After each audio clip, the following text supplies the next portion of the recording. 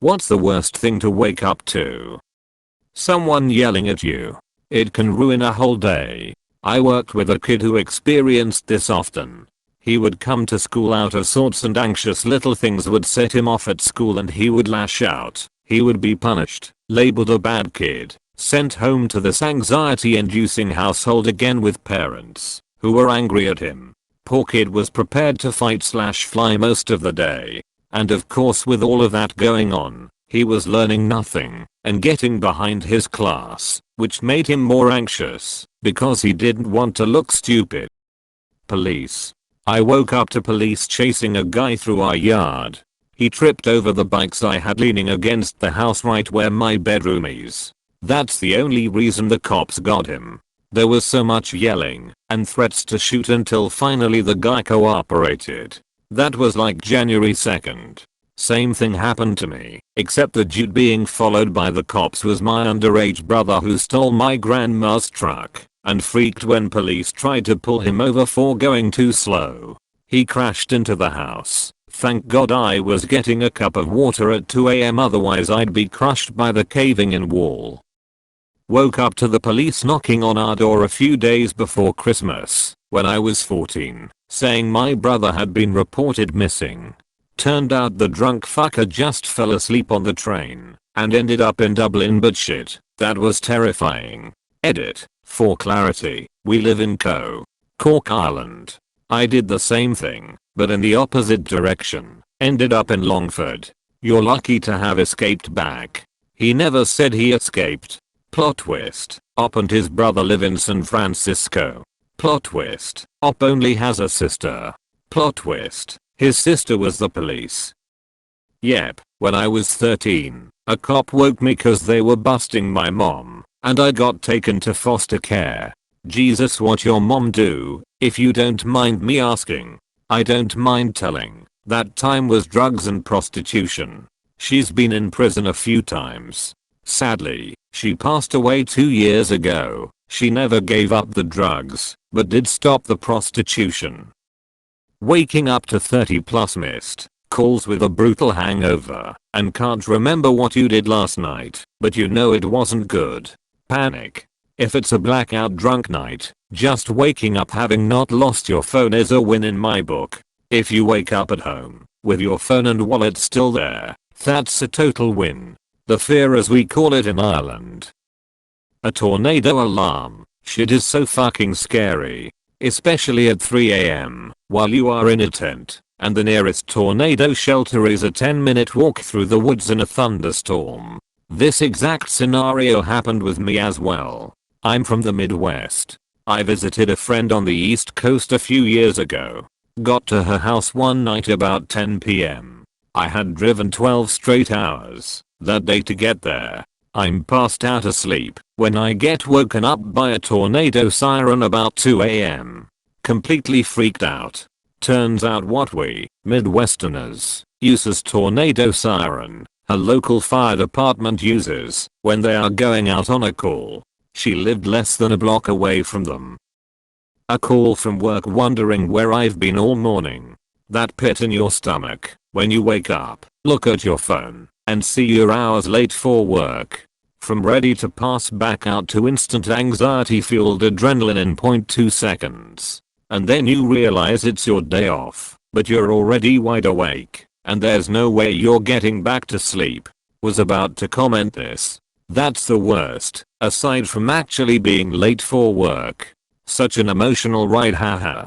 I have 2 alarms for during the week, one to wake me from my deep sleep, and the other I have to stand up, put my thumbs on my phone, and hold them in that position and spin in a circle twice to shut it off.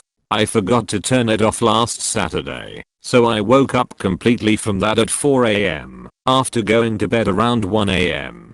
It took me almost 2 hours to fall asleep after that one.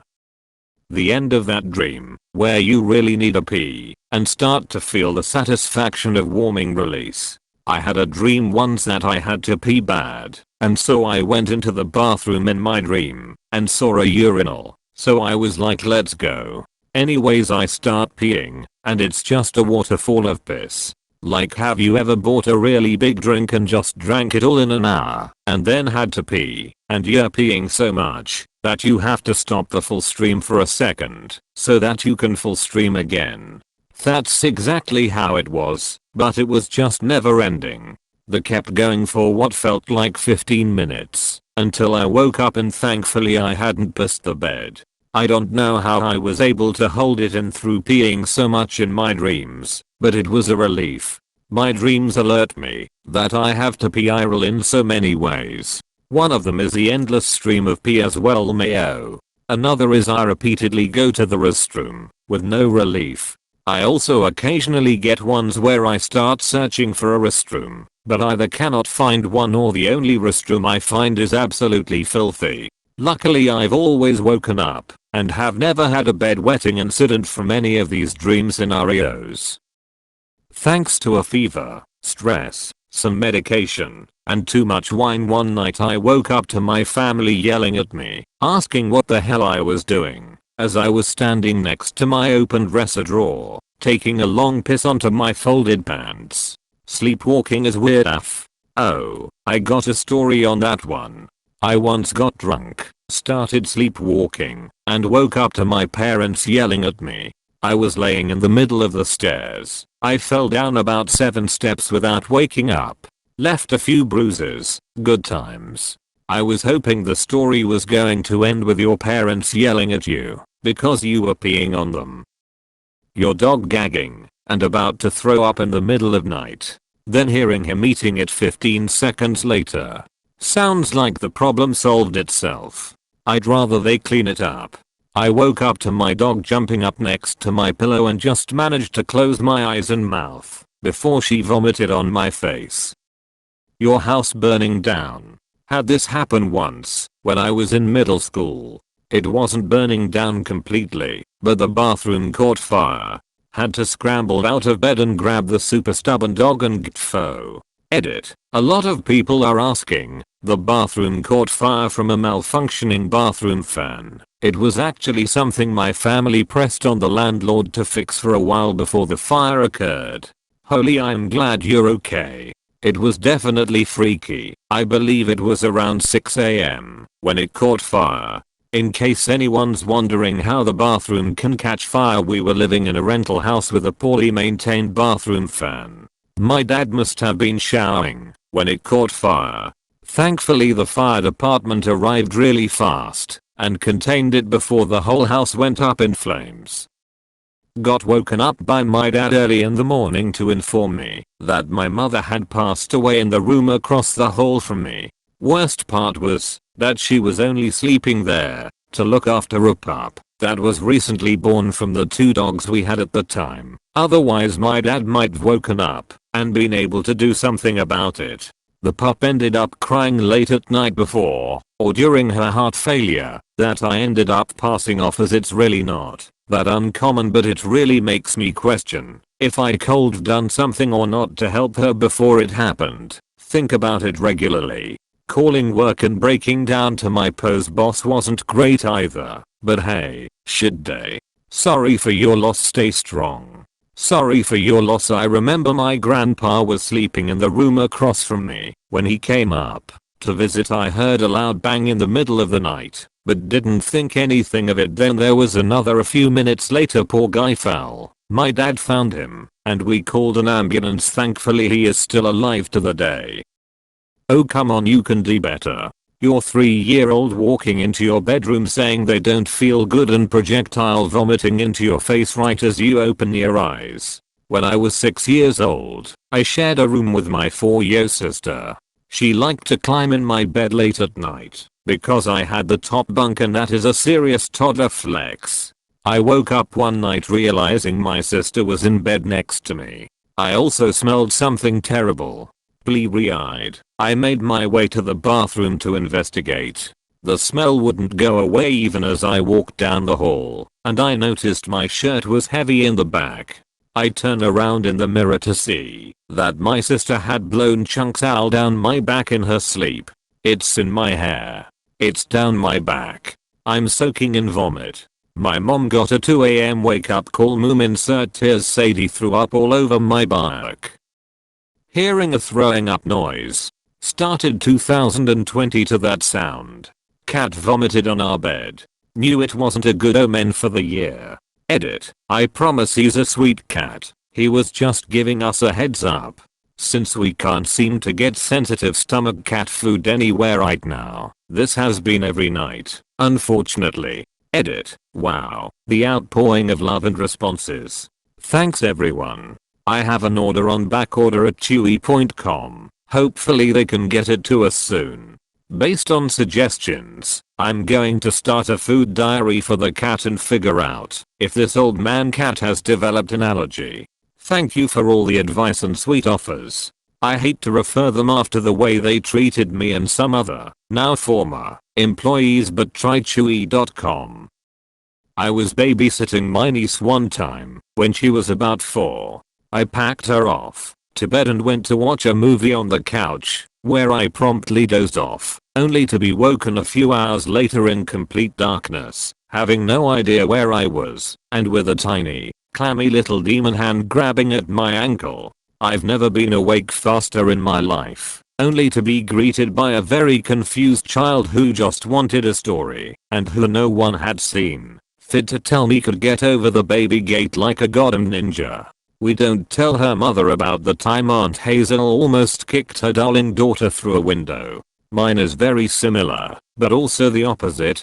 When I was 18, I would regularly visit my sister who lives about 2 hours away. I would usually stay for the weekend, babysit my infant niece, and they could have a chance to go out. This particular time, I dozed off on the couch. I woke up in a blur around midnight and realized I didn't have the baby monitor. I went upstairs and saw the baby's door was open. I tiptoe in and the crib is empty. I full on panic, ran around yelling, checking all the rooms and doors, all still locked. I find my phone and there's a text from my sister. Dog meds are in the window by the sink. 1:30 a.m. I finally remembered I had come that weekend to take care of their dog while they, baby included, went to Ohio. I've never been so relieved in my entire life. Meanwhile, I bet the dog was following you around the house with a "what's all the commotion?" attitude. Waking up in an ice bath with a missing kidney and blood all over the place.